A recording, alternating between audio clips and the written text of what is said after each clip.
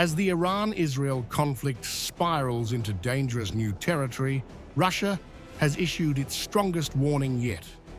Moscow says the world is just inches away from nuclear disaster, a fear shaped by its own Soviet past. Russian Foreign Ministry spokesperson Maria Zakharova says Israel's attacks on Iranian nuclear sites are pushing the Middle East to the edge of irreversible destruction. Moscow's message is clear: stop before it is too late. This is not just politics. Russia, once known as the Soviet Union, knows exactly what nuclear catastrophe looks like. In 1986, the Chernobyl explosion poisoned parts of Ukraine, Belarus, and Russia. That disaster scarred an entire generation. Chernobyl forced entire towns to flee.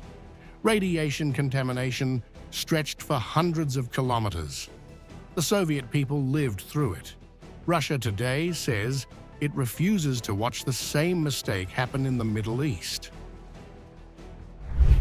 And now, President Vladimir Putin himself has stepped in.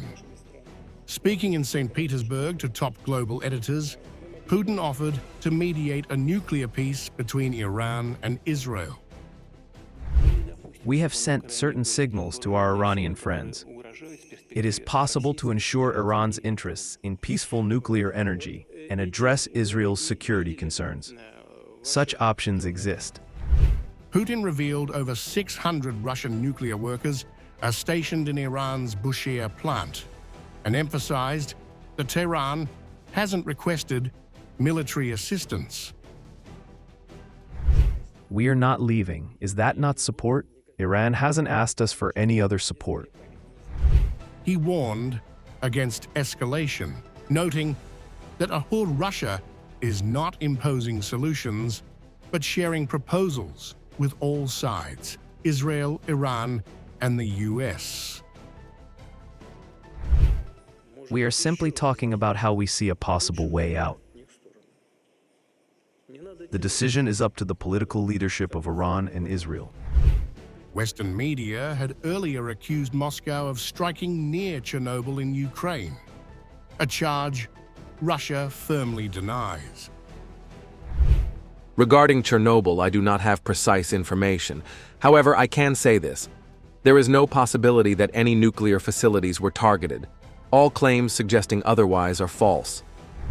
Putin also responded to a hypothetical question about Israel targeting Iran's supreme leader. His reply: "I don't even want to discuss such a possibility." The stakes are now higher than ever. Iran has vowed revenge after Israeli strikes on Natanz. Putin's intervention signals that the Kremlin is willing to play peacemaker, but also draws a red line.